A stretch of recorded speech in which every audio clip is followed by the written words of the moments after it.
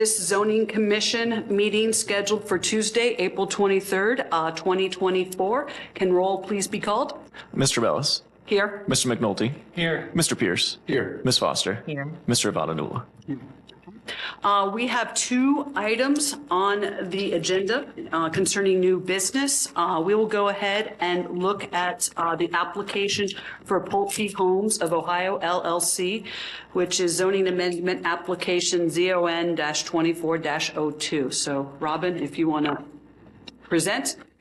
Sure. So in lieu of presenting the staff report, I believe I'm just going to turn it over to the applicant who will speak on his behalf.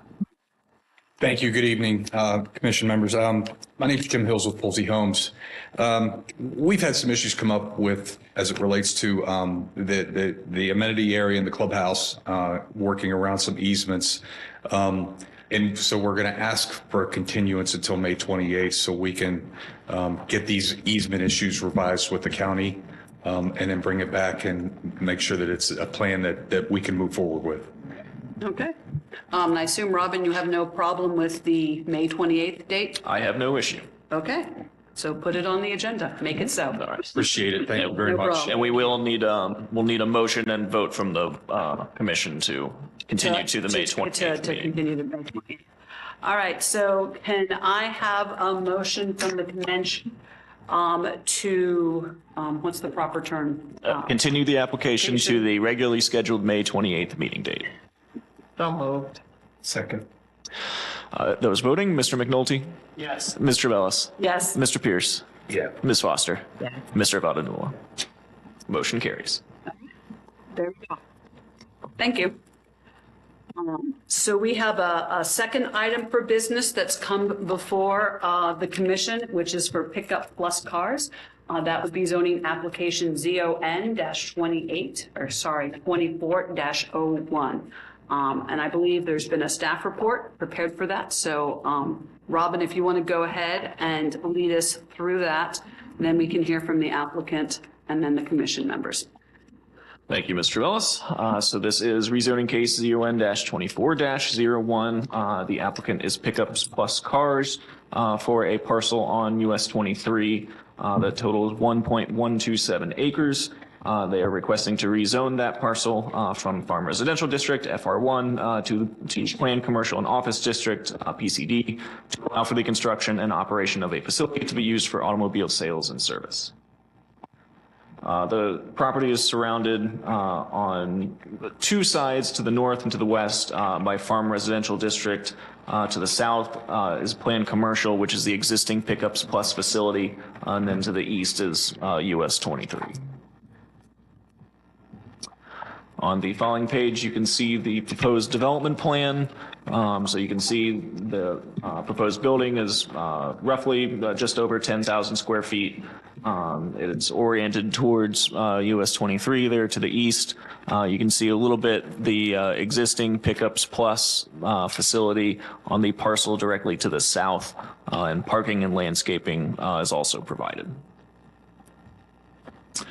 So again, they are proposing a 10,880 square foot facility that would house similar operations to their existing building directly to the south. They do meet the required setback from US 23, which is 80 feet. The proposed plan shows a 90-foot setback from the road. The proposed setback from the northern property line is 75 feet. With the building shown as 80 feet and 4 inches from that property line, which would exceed that 75-foot setback. And then the proposed setback from the western property line is proposed at 35 feet, with the building currently shown at 37 feet and 11 inches from that property line, therefore exceeding the 35-foot setback. So a divergence is requested and required for those two setbacks, the north side and the west side. Eric, can you scroll up just a little bit, please? A little bit more. There we go. So that property, which kind of wraps around the parcel to the north and to the west, is currently zoned farm residential, which triggers a 100-foot setback for any building because it's technically a residential district. That property is currently under an overlay application that is pending. It has been tabled for the time being, but it is in the process of having a commercial development plan applied to it. I have been in contact with that applicant recently, and they are intending to take their application off the table in the coming month or two. It's owned by a commercial entity, so I think there are reasons that asking for the divergence makes sense. And I would also note that when that overlay application came in, they also requested divergences for the setback from this parcel because this parcel is technically zoned farm residential. So there are two properties that are currently zoned residential that are going through the process at the same time. And they do technically require the divergence for setbacks, but I think we as staff support that divergence request. The applicant is not proposing direct access onto US 23. Instead, access to this parcel would be facilitated using the existing access from the parcel to the south instead of a new curb cut onto 23. We do find this acceptable, and it's always a good thing when there are fewer access points on 23. We do recommend that a cross-access easement between the two parcels be recorded prior to any zoning permits being issued for the building, just because if for some reason one of the properties was sold off, they are under common ownership now, but in the future, if one was sold off, that there would be legal record that this property would use the access from the other property, and it's not just a handshake agreement.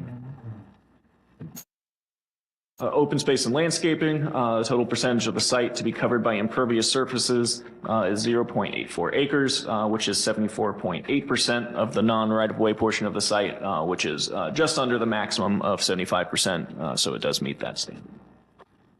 In terms of landscaping, the applicant is proposing that a total of 14 trees be planted throughout the site, as well as the installation of a number of flower beds with various plantings, and a 2 to 3 foot tall earthen mound is also proposed along the site's frontage on US 23 for some additional screening. For parking, they do meet the parking requirements. It would be considered a retail use, which would require 33 parking spaces based on the square footage of the building. Their proposed site plan shows 43 total parking spaces that are proposed. We do have a lighting plan for this application. They are requesting a divergence from a lighting regulation, which is section 21.12G, which establishes the maximum number of foot candle levels along the property line. The applicant is requesting this for the southern property line, as a wall pack light on the south side of the proposed building would be necessary to sufficiently light the drive aisle. As the southern property line would share access and ownership, we are supportive of this divergence request. Eric, do you mind scrolling back up, please, to the site plan, just so I can kind of illustrate? So you can see on the south side of that parcel, the building really gets right up on that property line. So there is a light on that south side of the building, which would technically exceed the illumination level at the property line. So that's one of our lighting regulations, is that lights can't be extremely bright on a property line, but since this is right up against that property line and would be necessary, in fact, to provide illumination to that drive aisle on the other parcel, I think that is reasonable to request. Signage is referred to in the development text, although they did not include a signage plan, which would basically mean that any signage for the building would have to follow the requirements of Article 22 of the Orange Township zoning resolution, essentially saying they would follow the rules at that time without asking for specific differences from the plan district. The comp plan does recommend that parcels in this sub-area consist of planned commercial and office use east of Gooding Boulevard, which this parcel is, and also recommends access management techniques to prevent left turns across traffic on US 23. This application meets both of those requirements. On the following page, so there's the 3 total divergences. Again, 14.06, which is a divergence from the plat requirements. So platting is technically required by zoning resolution. It is a county process where the applicant would go through the county subdivision process. It's a very specific type of recording all the easements and kind of getting everything onto one sheet. I think as far as we're concerned, we're okay if this application does not go through the platting process, as I don't know that it really needs to. Platting is generally when there's lots of parcels being subdivided, or if there's multiple easements that are being recorded. We do recommend that that cross-access easement be recorded, which could be done without going through the platting process. The second divergence, again, is for that maximum light pollution illuminance along the southern property line. And the third divergence, again, is for the setbacks from both the north side and the west side of the property line. We do have 2 additional comments. So one is that there was a question that came up in our technical review about sanitary service of this parcel. Not included in the application were letters from the water and sewer providers. We understand that water is already provided to that site. It wasn't clear to us from looking at the sewer lines that we think are in place in that area if that is near the site, or how the applicant intends to get sewer service to the site, or if it will be sanitary, in which case we would require a letter of approval from the health department. And then Delaware County, in their review, recommended that another cross-access easement possibly be recorded between this parcel and then the parcel to the west, so that in the future there could potentially be access from the Parkway Plaza site that is currently going through the process of being moved to commercial.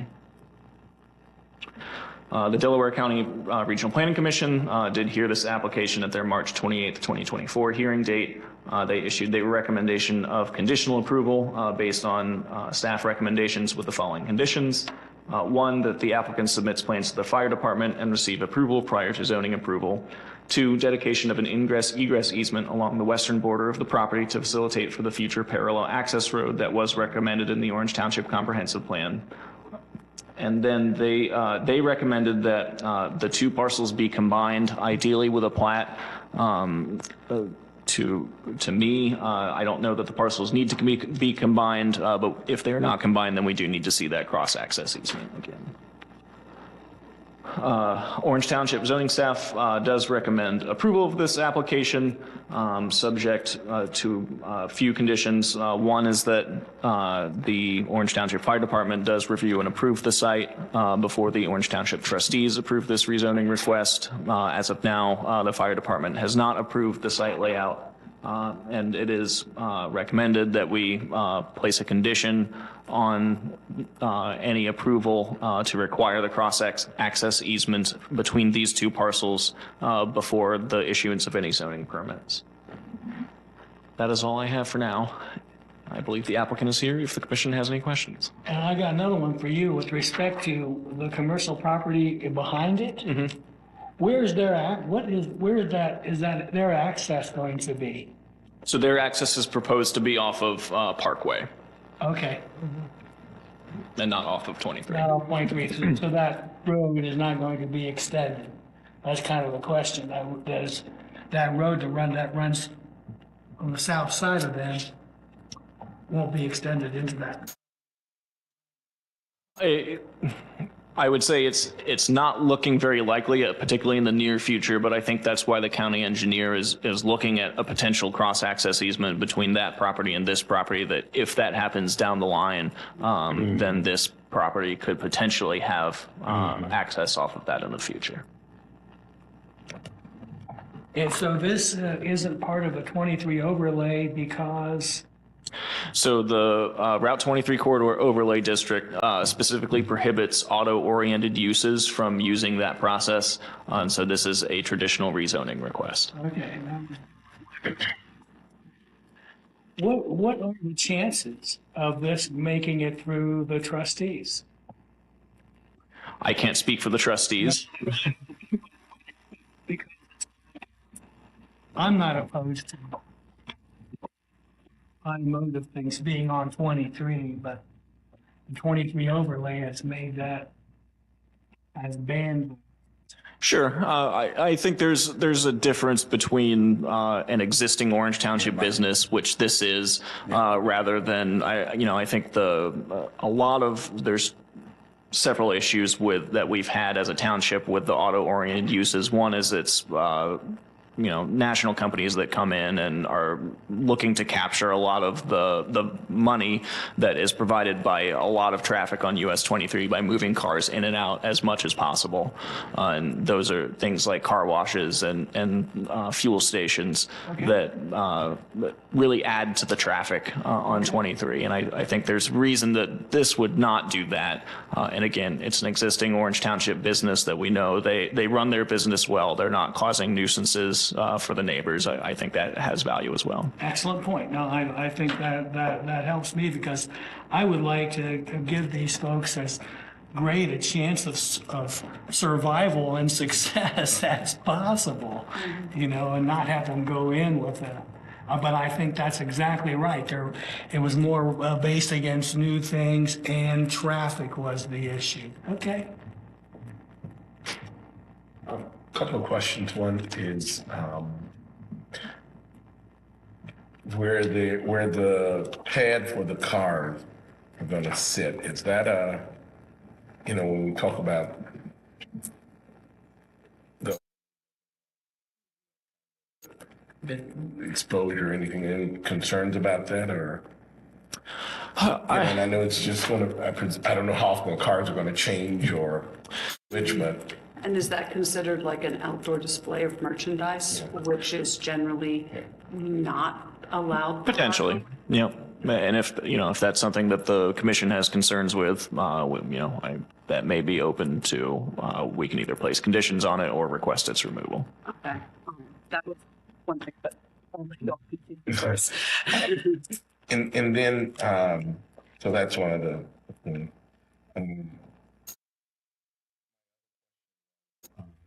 Or is we're changing our code. Anything that you saw here that goes against that code currently that maybe we would say, because this is coming up, anticipating passing soon, can you consider? No, I don't think so. And again, this is, I would say this is an application that, from a zoning standpoint, is relatively simple. That it's a smaller building. It's not asking for new access points. If our code, if they came, so let's say our code rewrite happens in 6 months and this application came in 12 months, they would have to go through the same process because it would still be property that's going from commercial to residential. And I think a lot of the same concerns would apply and a lot of the same standards would apply from a zoning aspect as well. Isn't the new code more lenient, flexible with respect to outdoor displays? I would have to review that a little bit more in detail and get back with you. Because before we had been primarily almost, they were prohibited just about. We weren't even almost willing to even discuss them. But I thought the new code was allowing some more leniency, a little more flexibility. I believe there is a little bit more flexibility, but since I haven't really administered it, I didn't look at it in that light, so I don't know if I can answer in detail. Help that situation of that. I guess that's.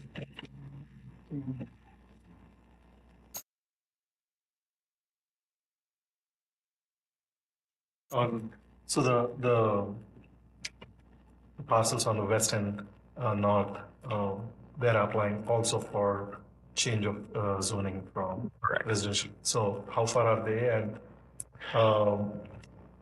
what has your discussion been so far with them directly?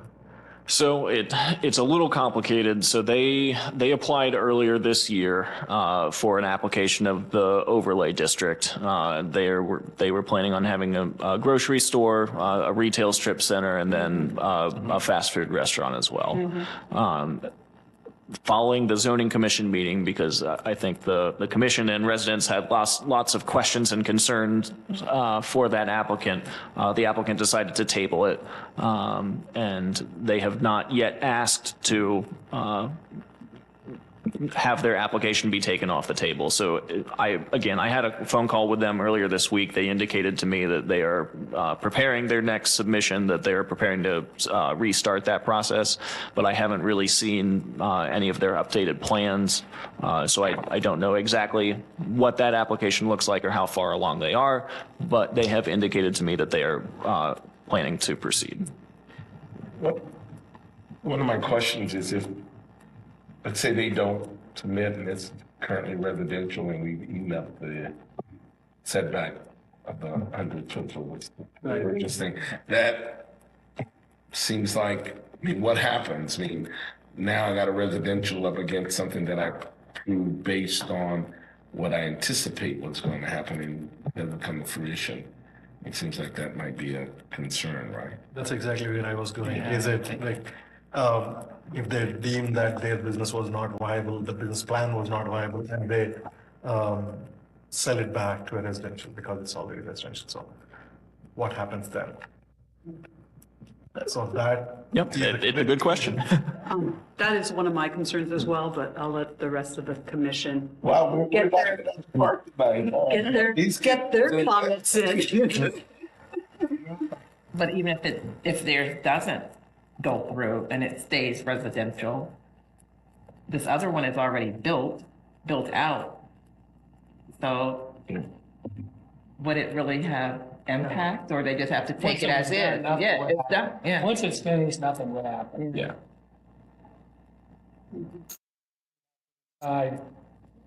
Here. Yeah. Yeah, what's the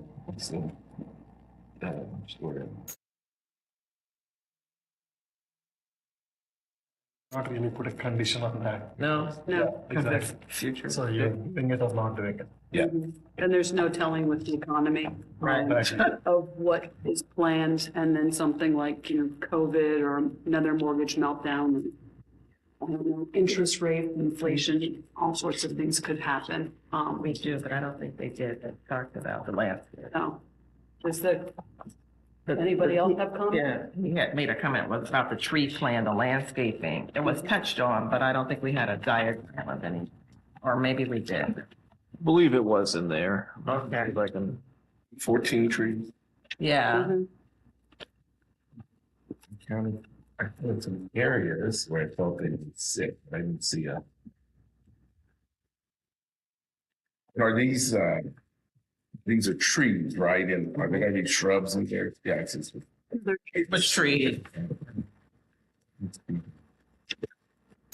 Here they are, let's see. Yeah, it doesn't show where they're gonna be. Oh, no, where they're gonna be Doesn't placed. show where they're gonna be, it just shows that they're an idea of where they're located. I know, dodge that. There.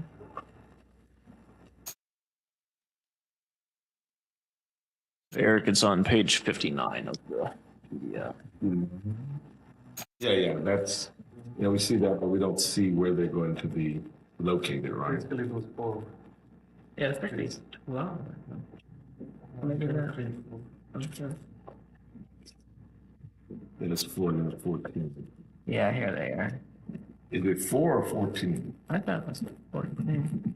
I thought it was 14 as Me well, too. what was Yeah, said. because you have the. Yeah, so I green guess it's mountain. the boxwood greens are technically trees, but they're more like shrubs. Okay. For a boxwood to become a tree, sort of like a holly bush. Any, the retention pond,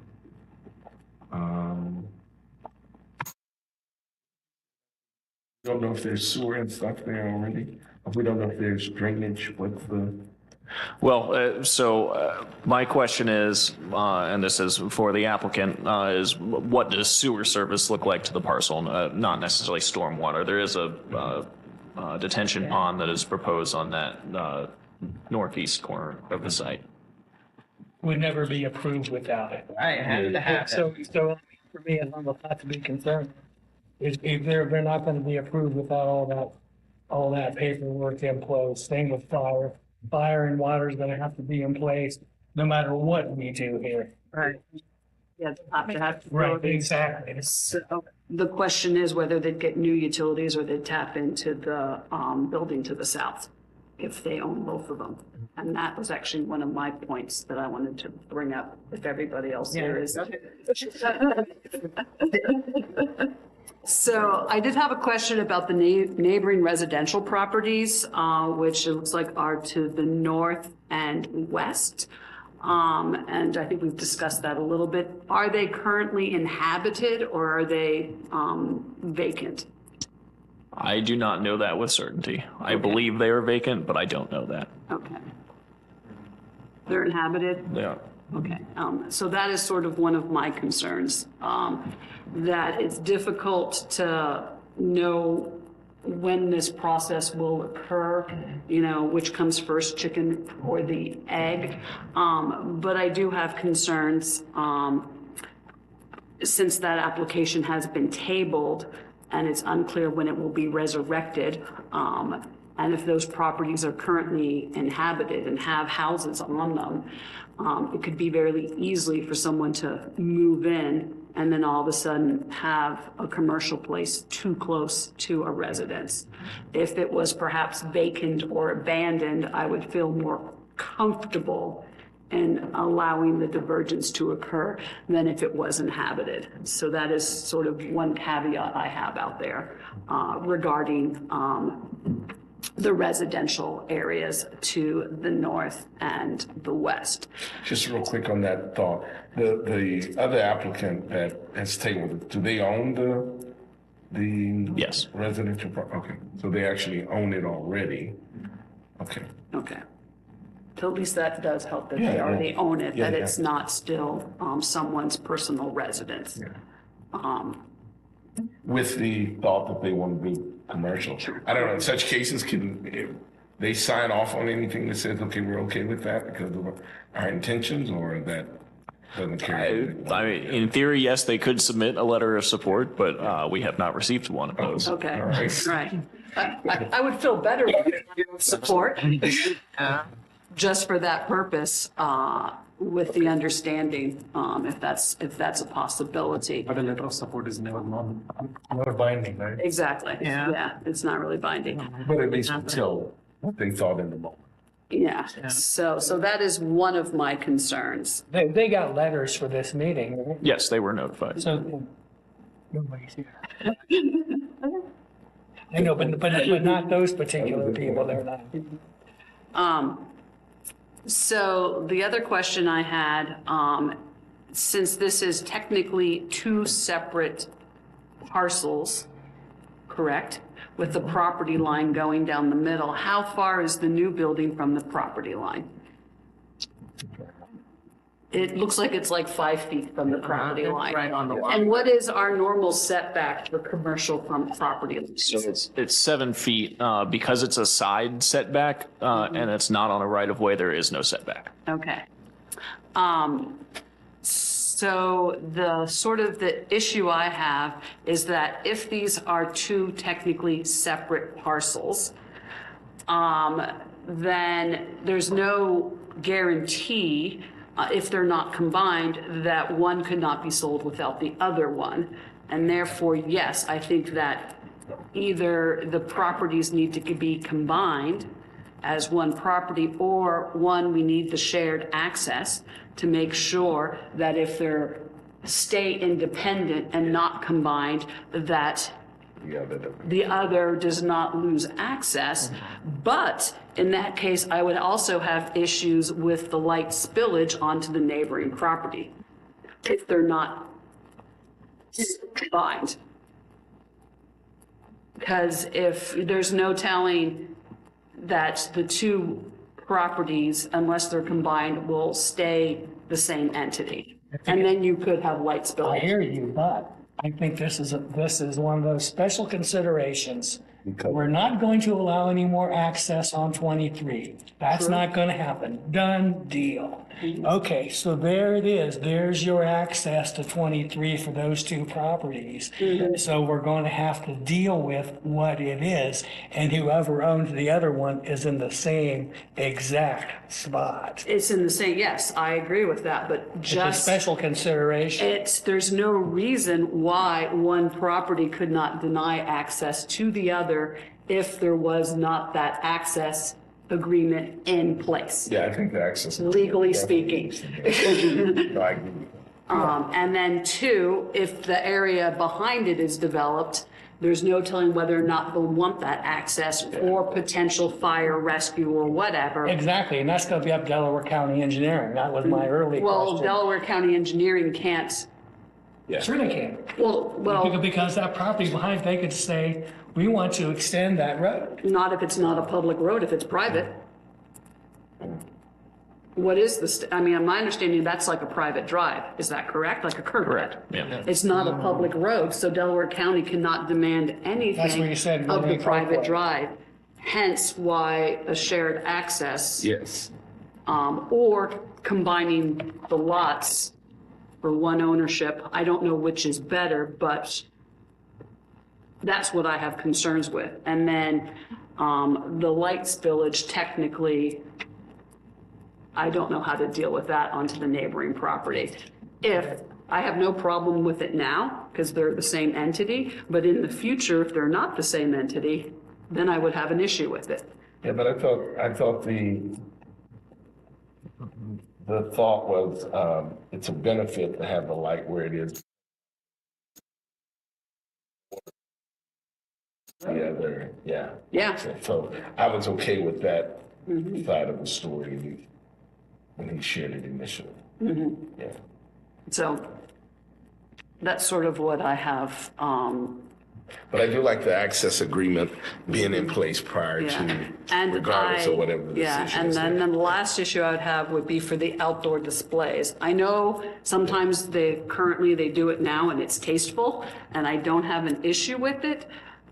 My concern is, we have that in the code for the reason, because not everybody is as sensitive to outdoor displays as other properties. I'm not quite sure how to say that nicely, but if we allow an exception for one group, then we perhaps have to allow an exception for everybody, whether it's tasteful or not. Is that a good way to put it? Well, you could call it, that's where our employee of the month parks. Keep his car polished and shiny. I am curious though. I don't think it would be up on lips, okay? I am curious, why did you build it so close to the property line? Why did you set the building so close to that? Is it because it meets other? So, I don't want to interrupt you, Wes, but maybe that would be a good time for the applicant to give Yeah, I was- a presentation.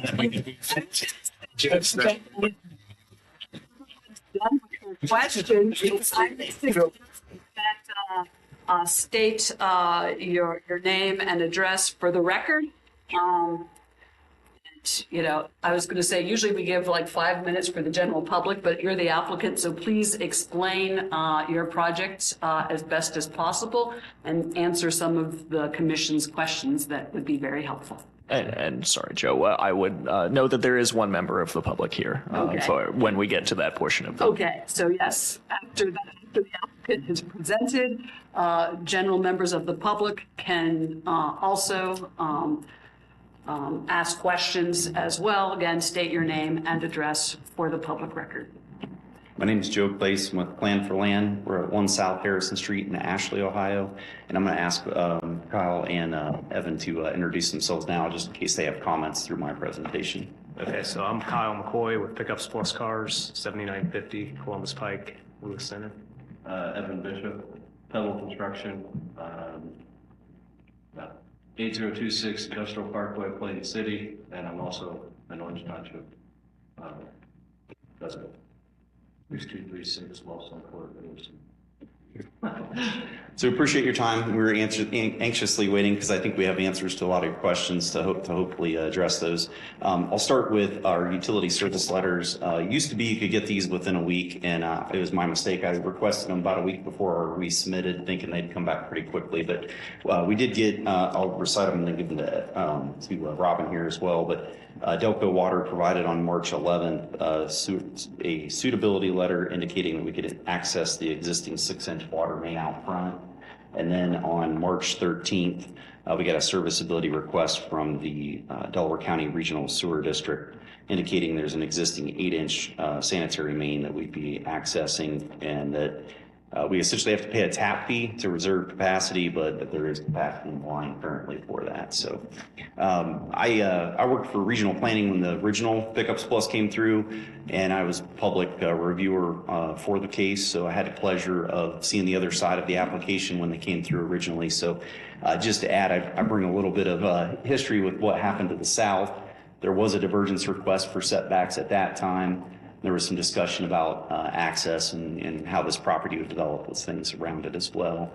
Since then, we've seen this application, and we've actually had discussions through Kyle with the property owner to the west about opportunities for collaboration and development plan, but also land purchase or land swaps and things that might make sense in the future. Those discussions really yielded that we didn't really need property. The best and most suitable design we can kind of facilitate is here in front of you. So the 7-foot setback, we've had situations, I'd say there's a coffee shop in Westerville that sits in the Home Depot parking lot, and they're light spillage and they have joint access. We worked with access easements before and be willing to do that through this process, and part of the access easement could also allow for the light infiltration into those areas.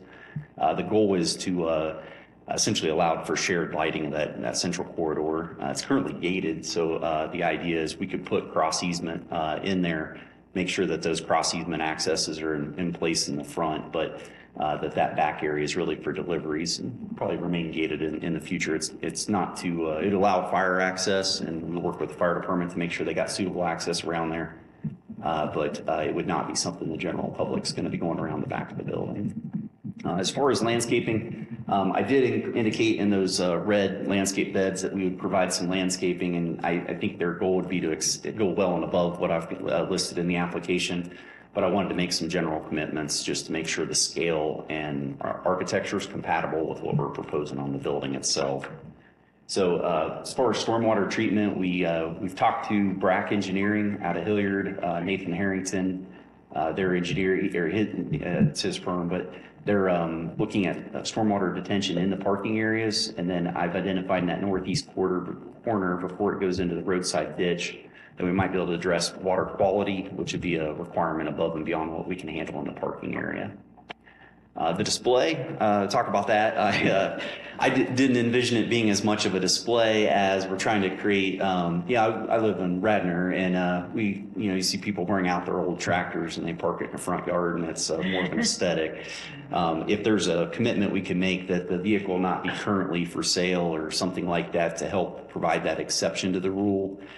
The goal is not to use it as a primary attraction to marketing that vehicle as much to raise awareness of what he's doing inside of the building. And then aesthetically, it's underneath the flagpole. We got some landscaping around it. Is really to kind of dress up and pretty up that corner. So if there's a way we can work with you on the outside display, that's kind of the spirit and intent of that corner. He's not really proposing any additional monument signs, just to give some character to and scale to the spread that he'll have along the roadway. Regional planning did talk about the ability to join these parcels if you are open to the cross access. That seems like the most logical.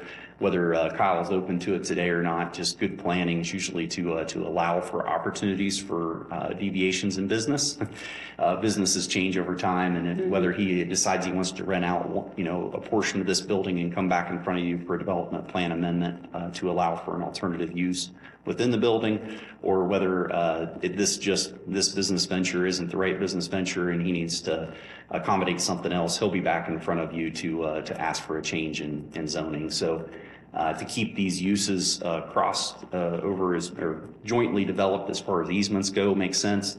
But to join the two parcels seems like a commitment, maybe a burden on his business plan in the future. So I've not talked to him about that, but just in general, that's why I didn't question why there's two parcels here. It makes logical sense to me that you wouldn't want to combine those because he wants to stay in business here in Orange Township. And if he has two buildings and all of a sudden that obligation, that would make sense to not try to tie those two together. Gives him more flexibility in the future to work with you guys.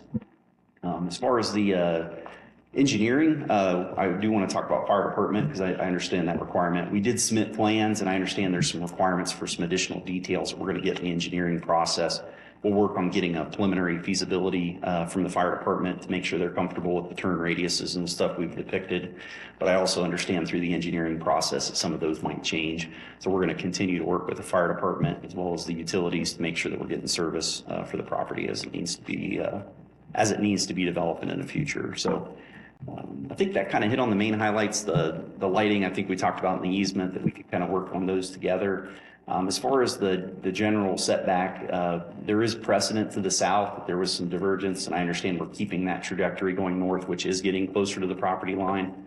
But I will say if you put a 100-foot setback over this property, it almost deems it unbuildable. You might get a small hut out there, and they might be selling coffee or something. That might be about all you can do out there. So if we're looking at true feasibility of this property as far as future development, there does have to be some type of divergence. We did work with them to minimize and make sure perimeter access.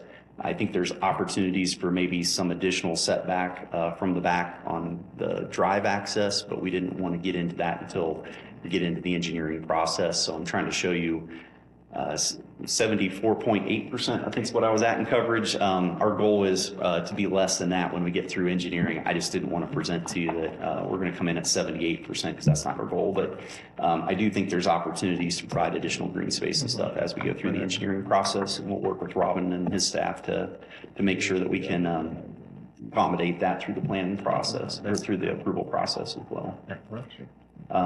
The mound out front mirrors the mound to the south, so I think aesthetically it should be a pretty appealing look to the frontage.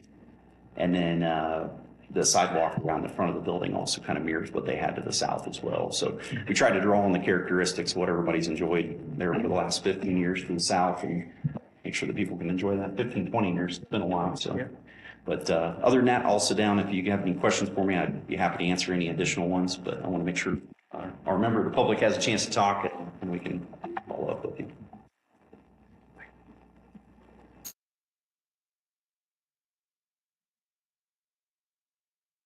Does anybody else want to ask questions or speak before the commission? Please come up, state your name and address. My name is Doyle Hartman. I live at 150 South Parkway Drive, Delaware, Ohio. And basically that's right behind this property over onto South Parkway Drive.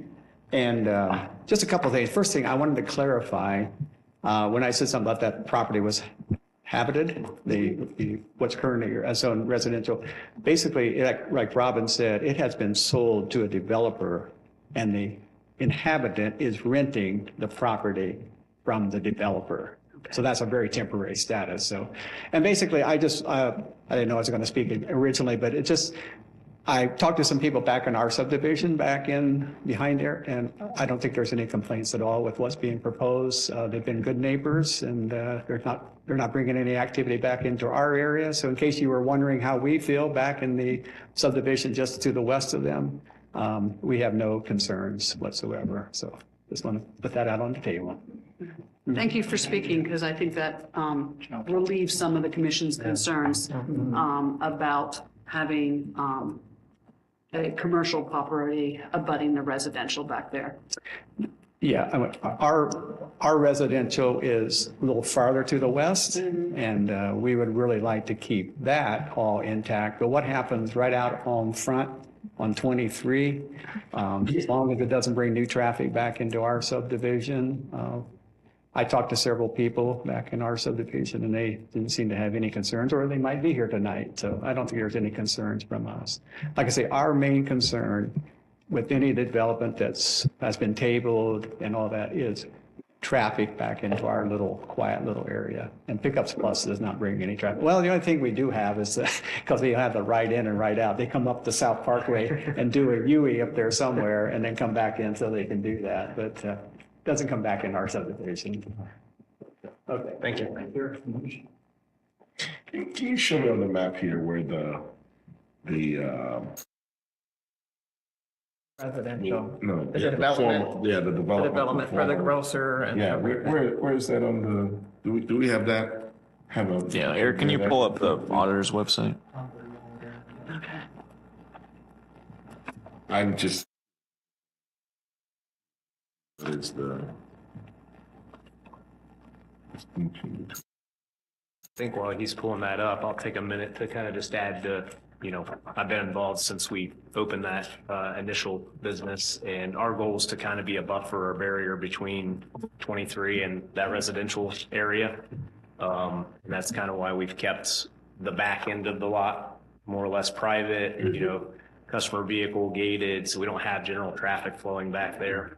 To kind of be a barrier for those folks. And that's what we want to do with this, new proposed development.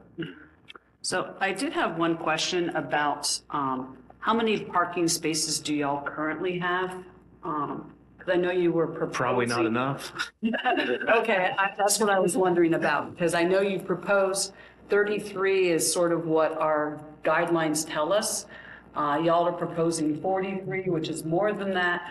And one of our concerns is if you look like at the Myers or the Walmart and how they have a sea of parking that's never utilized. I can assure you that won't be the case with our current setup. And that's part of what we're trying to clean up, right? Is that that side lot, parking, there's just not a good spot to put it. I mean, we've got delivery trucks coming and going, and so that's part of what we're trying to solve.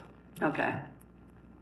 And the bigger facility to be like more inside the building and stacking and being able to store some of the vehicles that are going to be serviced and brought in, keeping it inside the facility rather than exterior as well. And staffing wise, you're already jam full with the current staff. So more general employee traffic and retail traffic.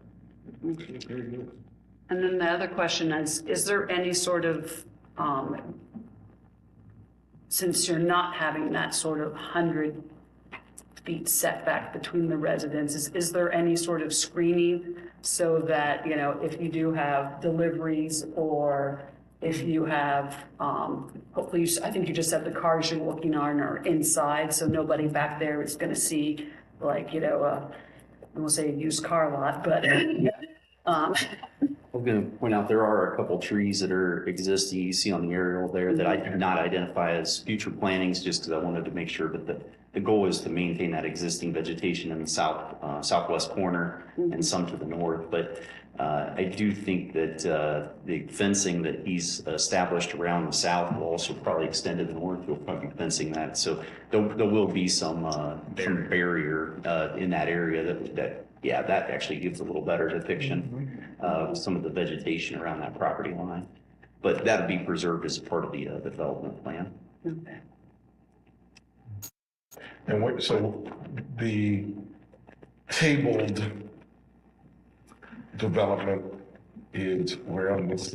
So the right in the center of the screen is the vacant parcel, right where Eric's mouse is. That's one parcel. So that one, and then that parcel directly to the south of that. So it's those two parcels combined that kind of make a T shape. Okay. And it was a grocery store kind of an option, Correct. right? Yep. Thinking about that and this property, if you just look at north of Parkway Drive, there is an option to walk. So the walkability to a grocery is probably something. So I'm just wondering if there is an option to add a walking path.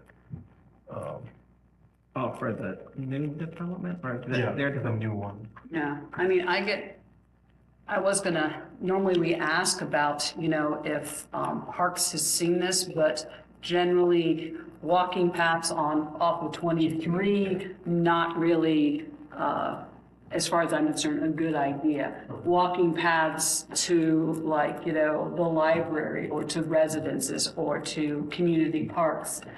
But I'm not sure how we could tie this to anything else exactly. But if, the other farm residential, if it actually does become developable, then I think you are correct. There are opportunities for walking connectivity that way, but not off of 23. The 23 overlay forces that sidewalk, doesn't it? Correct. So if this were in the 23 overlay, it would be forced. Correct. That's why we have the sheets with the sidewalk going nowhere. Which quite frankly, I think people would be afraid to walk on. And they would, but that's because of that was part of the overlay. Yeah, and for the record, we did have an in-house technical review session with our operations department, and they did not recommend that a path or sidewalk be installed. Yeah, I'm assuming I agree with that, but it doesn't need to be there. for safety issues, I just don't think it's a good idea. I don't know if any business would want that liability.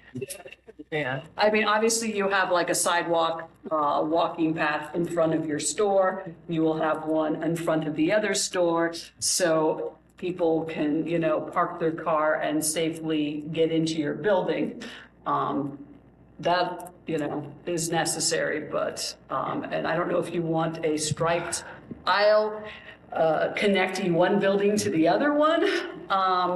If that's going to be an option of, how to make sure people get safely from one building to the other, that's something you can think about. Yeah, I would say the two sidewalks are going to connect at least across the drive aisle, and it's a gated access. So Okay. it's not like there's going to be heavy traffic through there.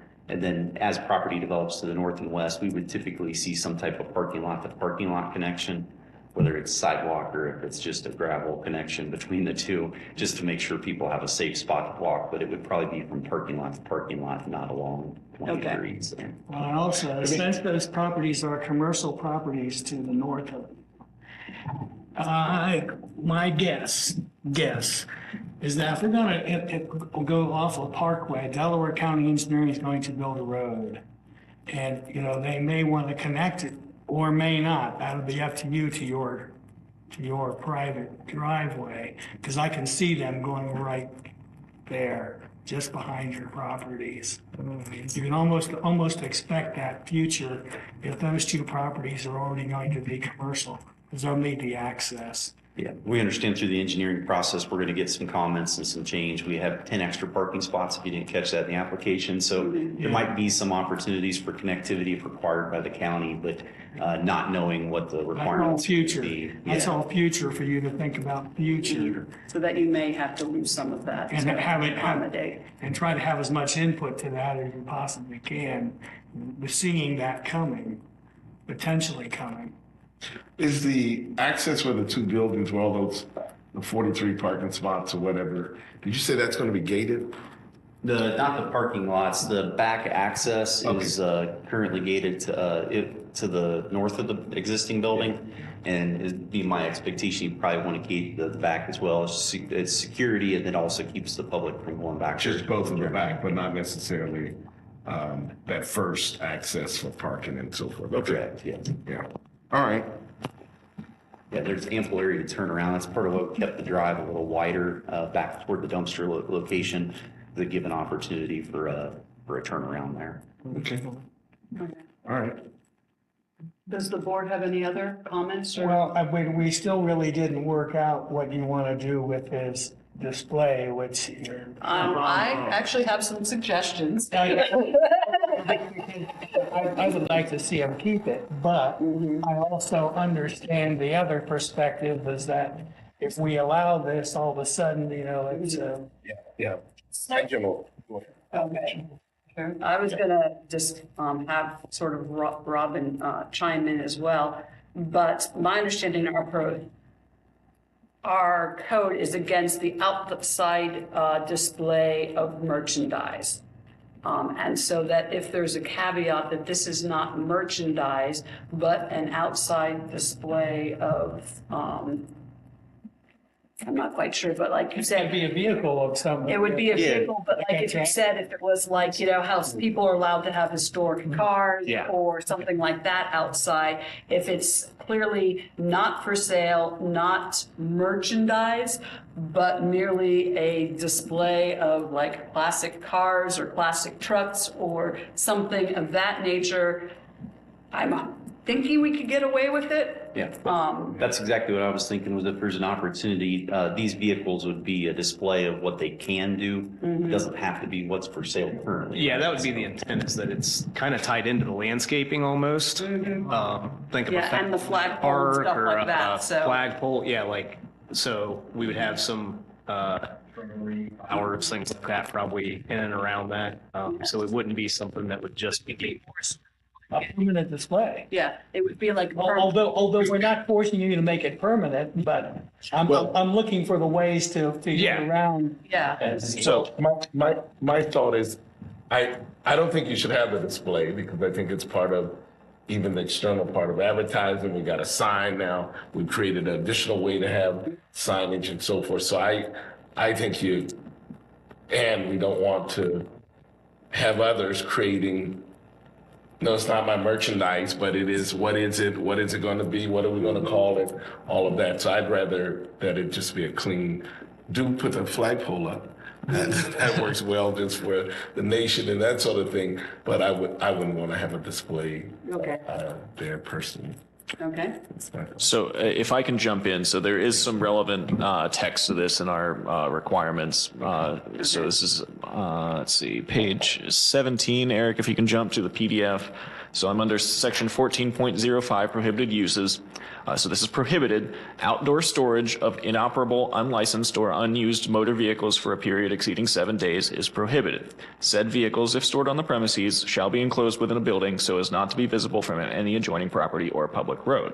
However, this prohibition shall not apply to new or used motor vehicles stored or displayed pursuant to a legal sales or repair activity, if such activities are carried out in compliance with the approved plan. So there is an exception for this already in our requirements. Okay, so that is an exception, so that's how automobile dealerships are able to. Correct.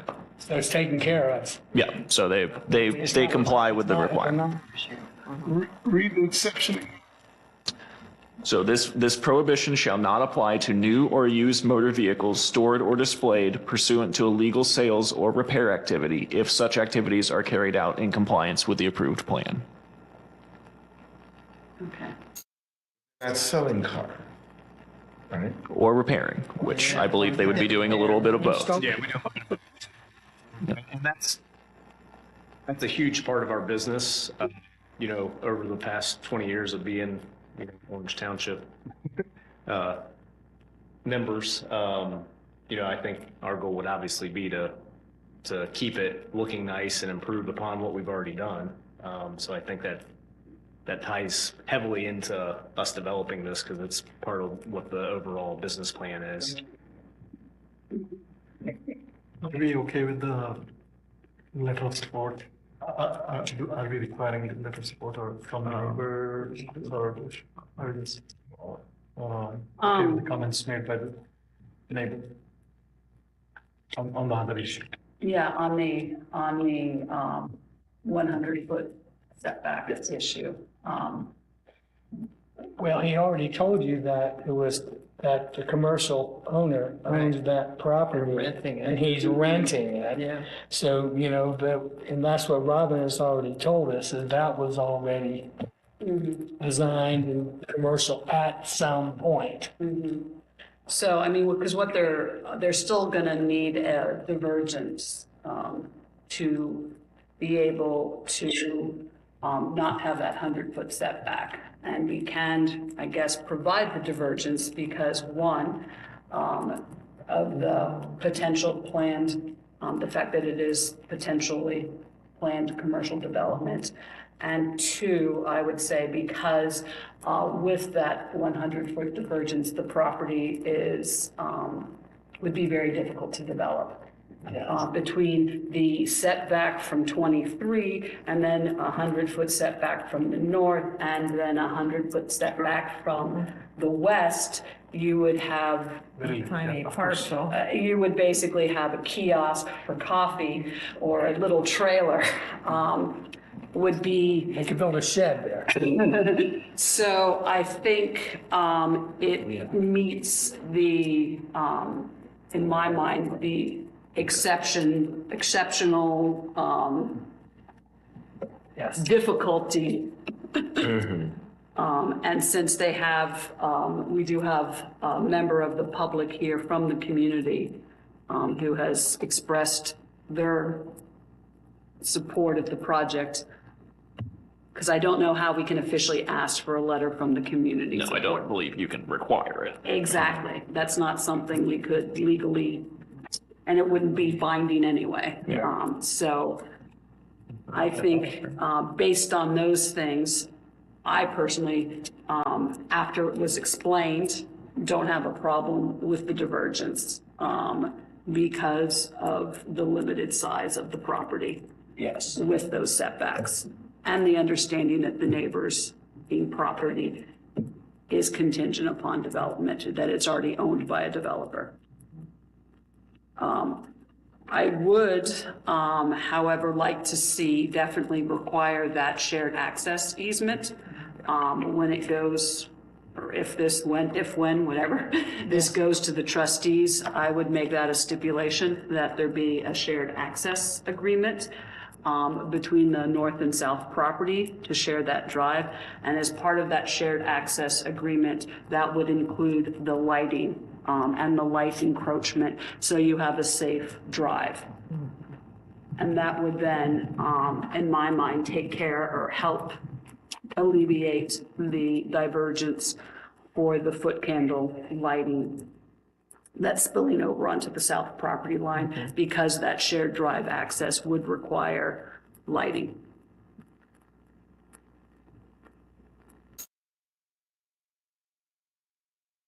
That's sort of where I stand. Does anybody else have any other items? I think you covered it well. I was gonna ask. No, I said you covered it well. Give me just a I know, but I think, Oh, wow. yeah, Les is still, I can hear, like, almost see the wheels spinning in his head. Yes, I'm still, On the outside display. yeah, I still don't like it. I mean, you could, I don't like it, but it's, yeah, I mean, I recognize I still can vote against it, but. absolutely. Yeah. Or If is, there's a way to limit, I know we only show 2 vehicles, we put a square footage in there. If there's other restrictions you'd like to see in place, we do it when they're talking about those. Again, it's supposed to be an Yeah, aesthetic how big, value. how big is it? What are you, how much do you plan on putting in? I think I put the square footage in the application text, but it's not bigger than it would facilitate up to 2 vehicles max. If you wanted to limit that, I mean, it'd probably be discussion 1 or 2, but I like the aesthetics when I laid it out. The 2 vehicles flanking the flagpole kind of worked out good, plus it protected the flagpole and it gave us a elevation change there between that and the basin, which kind of made it aesthetically pleasing on the corner, so. would you feel better if it was maybe just one vehicle and Yeah. more landscaping? Yeah, probably, yeah, yeah. It's something that,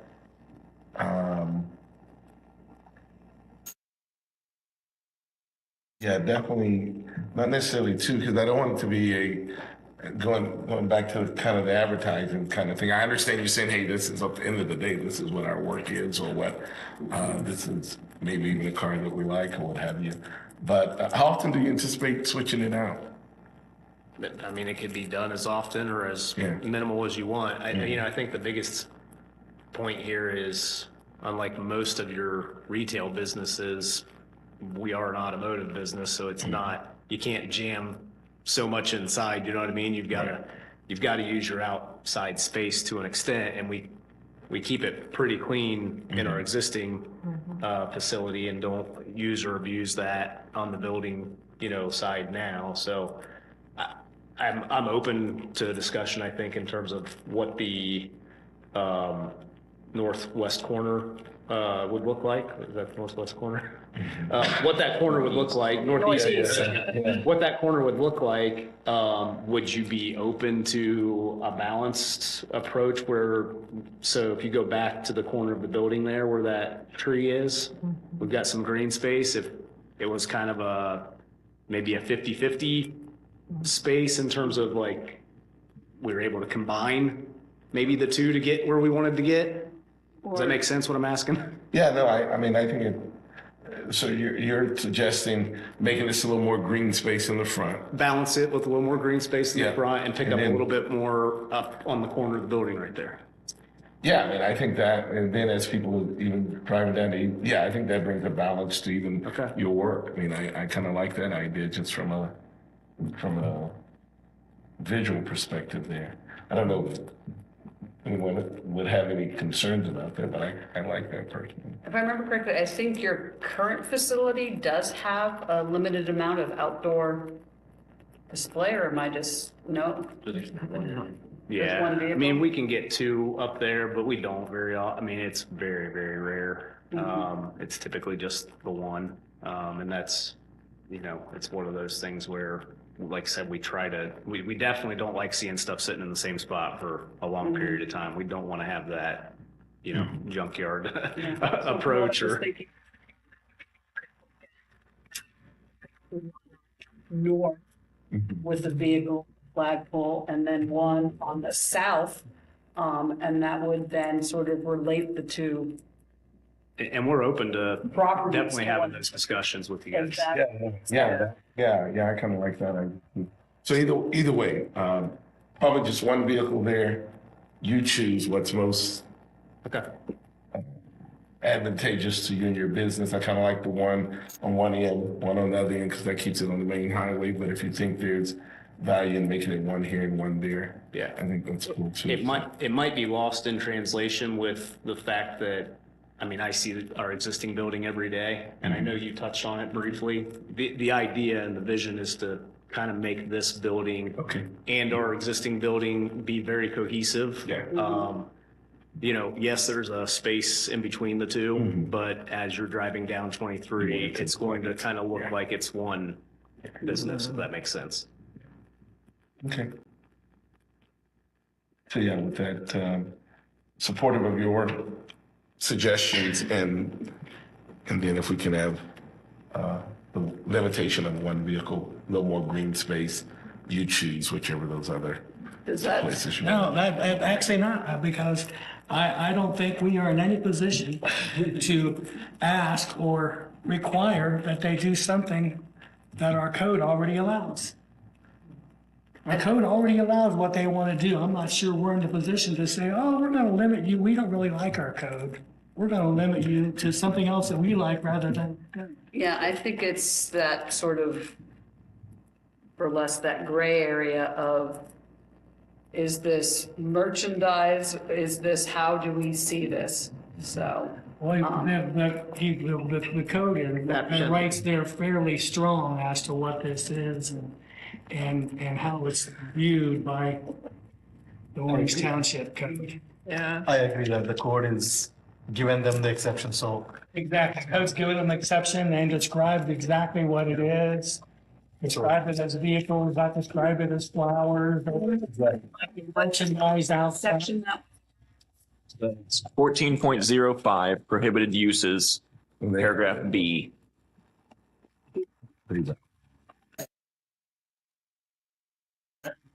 arbitrary requirements that we don't have, right?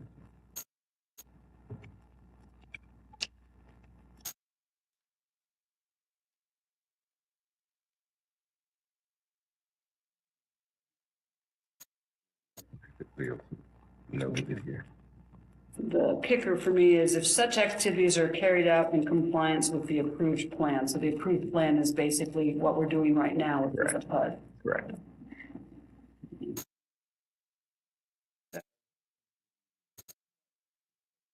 Carried out within. Yeah. Plans, Exactly. That's exactly what they're saying. It's on the scale. The only things I think we need to concern ourselves is around the divergences and Yeah. within the divergences, yeah. I think, The list that we are I taking. think the only one is if you do not trust or do not believe somehow that that other property, even though it's designed to be commercial, it's owned by somebody, that's their intention. Only if you strongly believe that that's not going to be the case. It's less of a And belief. then if you do But that, it you is have a- to understand that this property is already of a special state that if you force that setback, it's really unusable, for anything. So we've always made allowances here for special consideration.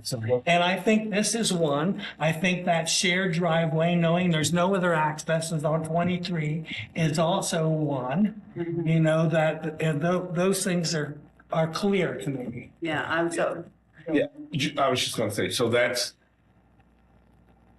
when you're, at least from my perspective, when you're considering, hey, will you consider these other things aesthetically pleasing for the community's sake and for, yes, these things are allowed, these things are reasonable. At some point, the commission that has to approve it, so they can say, yeah, I see what that says, but we don't want that. But in the same breath, we're also taking a leap, right? And to me, in exchange for taking a leap, that the other property will develop. Yeah, but not really, not really, not. less, not really, because if you force the setback here, this property is not really usable for this. Yeah. So I hear what you're saying, but that's not really the case. So that is theoretically, that's the exchange, right? That says, we're willing to approve this. We think, for the community's sake, that this display, yes, you have a right to do what you want to do. At the end of We'd the like to see you do X, Y, and Z. At the end of the day, that's why there's 5 people here. We can disagree. Yeah. And so- you can say, I don't like this, and you're, and cast my vote accordingly, yes. open and free to do that. Hence the reason I inquired with the applicant. And the applicant even had some suggestions. Hence, I'm willing to go with the applicant and say, I like your idea. Maybe you should consider this. Versus the, hey, shit, blah, blah, blah. He says he wants to do it. He likes it. He's considering it. Why don't we say, yeah, we're with you. He's within the code. Right. So he's clearly open to do those things within what is written. Let's move forward. Okay. I have a question. Go ahead. I would agree with all developed 20 years ago. Pick up Larry. It was F1 behind, and that was a divergence, and the reason was the hardship of developing any sort of building on that property and getting the parking requirements they needed, getting the fire truck access we needed. So this is, I would say, a better case in knowing that it's commercial owned. But 20 years ago, we had the same problem, looked at this property, narrowness and setbacks that required in 23, and go back. This was the same process we went through. We did the south property. And this one, just a tick a little bit nicer, it was okay, it's commercial owned behind it, but last 20 years ago, it wasn't. Yeah. So, We made improvements over time. But maybe you're over the ones who made the improvements. Here is my final question on this is, by providing the divergence, are we forcing the other property owners to be commercial owned? Are we forcing them to be commercial owned? Because they would. Well, no, I mean, I guess we were forced them to be commercial only, they just forced to live with whatever the decision is we make. But they're already forced by, because of the way this is designed, to build what is there. Really, not our decisions, it's the way things are, the shared driveway, the need to light it up. True. I'm only asking about the setback divergence. setback divergence, by providing that divergence, are we forcing the other property owners to Except, be, yes, they have to accept it no matter what, because we have already provided it. Right, and if it's the They have same, to. Yeah. But is that appropriate? I guess that's a good question. Is that appropriate to All right, so, encroach upon a, how can it be changed, Les? So- There's only one access to 23. but we know what the other one is already zoned now. I mean, wouldn't we be failing to do due diligence if we know that the other was zoned as X right now?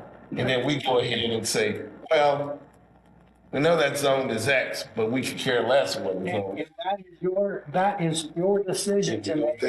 What's the next thing? so this is sort of my take on divergence.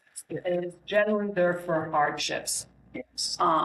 That are not necessarily, created by the developer or by the property owner. So in this case, that property that they're looking at, if we follow the setbacks that are required per the code, which is like the 75 or 80 from 23, 100 feet from the north, 100 feet from the west, there is no marketable value for that property, that property is undevelopable. Right. So the divergence is not because, we think it's going to be whatever, but the fact is that the property is undevelopable unless we allow for these divergences. Now, the neighboring properties would have to be then looked at on their own merits themselves of whether or not it is in accordance with the comprehensive land use plan of, do we want that to be commercial, or do we want that to be residential, or do we want it to be zoned something else?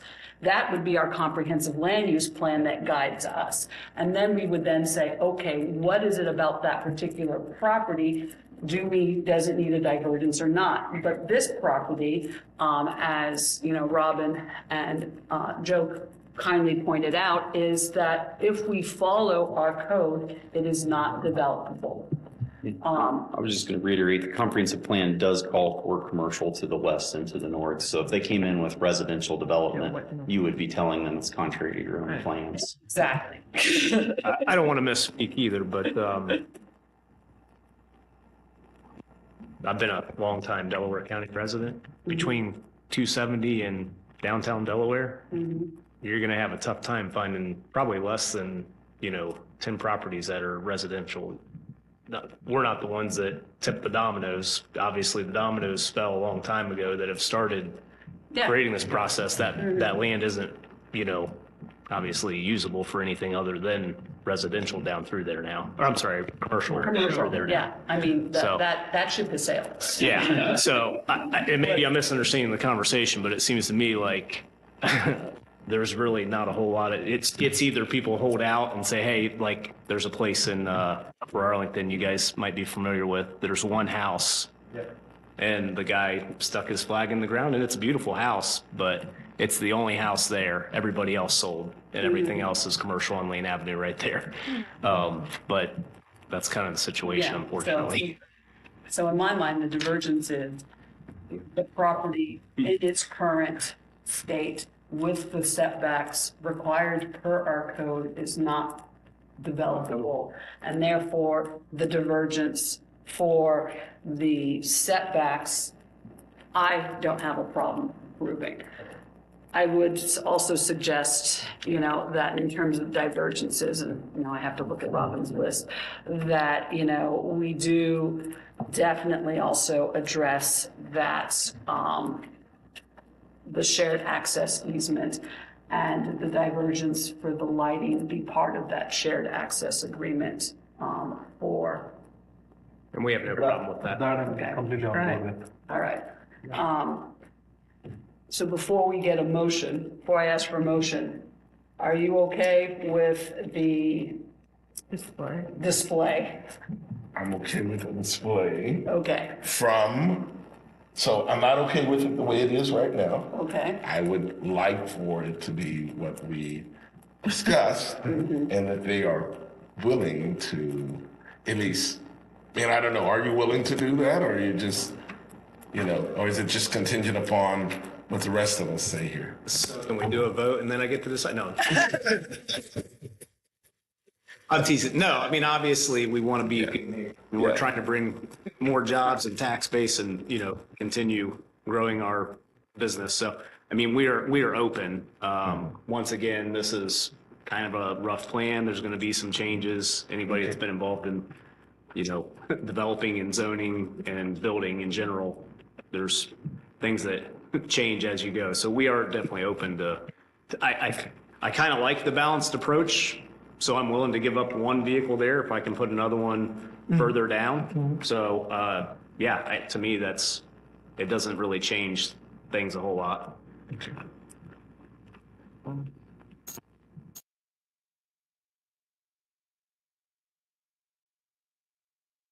Any objections to that being approved? Would there be some concerns about that from anybody? If he said, hey, I want to do a northern display and a southern display? Yeah, I don't have a problem with the two vehicles where they are. Because I think we're gonna start digging a hole for ourselves if it permits it. And then we tell everyone who comes before us, no, I would like this to be considered. I don't see that as something that's gonna deter from how it's displayed. The two vehicles don't bother me. It's a non-issue. Right. It's in the code. It's non-issue. So are we good to start thinking about a motion? I'm assuming this would be a motion with modifications. Do we have to write them out? I'm assuming that would be the best to do, or spell them out clearly? Yes, so I did provide a resolution printed out before you with modifications that have the two modifications. So I would suggest that you add to the first condition that you add to facilitate access and lighting trespass. Okay. So what I wrote was applicant will provide evidence of a recorded cross-access easement and then insert to facilitate access and lighting trespass between the subject property and adjacent property. I just want to clarify timing, so that would be before the zoning permit, not Correct. before So, the yeah, so I have it at the time of permitting. Thank you. And then there is a second condition, so whoever involves the approval of the fire department before these approve it, whoever makes the motion will need to read the bold part at the top, then those two conditions. And if the commission wishes to add any more conditions, then you would add those then. Can we add the condition that if they want to, since it's already approved, they presented a plan to us that shows display here. But if they want to add a second display, we're not opposed to that. Is that would you agree with this? Then it's not really a binding condition. Yeah, if they want to do it, then they can revise it. Yeah, Okay, so they just go, we don't need to. Yeah. we don't need to, because it's already approved in the code. Yeah, so it's not really a conditional, like the shared access. All right, is everybody good? Yes. All right, then can I have a motion? Read away. Motion to recommend to the Board of Township Trustees, the board zoning application number ZON-24-01, pickups plus, the pages of which are each stamped, received with Orange Township zoning on 3/8/24, requesting the rezoning of 1.36 plus or minus acres from farm residential FR1 to planned commercial and office district PCD, including the requested divergences upon finding that it is in the interest of the public convenience, comfort, prosperity, or general welfare or sufficiency in accordance with the comprehensive plan, and including additional modifications listed below. Number one, applicant will provide evidence of recorded cross-access easement agreement along with lighting access included in that between the subject property and the adjacent property to the south at the time of permitting. Number two, applicant will provide evidence that the Orange Township Fire Department has reviewed and approved the site plan prior to approval of the rezoning by the Orange Township trustees. Thank you. Can I get a second? Second. Motion made by Mr. Avadanula, seconded by Ms. Foster. Those voting, Mr. McNulty, Yes. Mr. Bellis, Yes. Mr. Pierce, Yes. Ms. Foster, Yeah. Mr. Avadanula. Motion carries. Okay. Thank you. For presenting here, and thank you for members of the public for attending. Robin, do we have any other business before the commission? We do not. All right, well then I officially adjourn this meeting.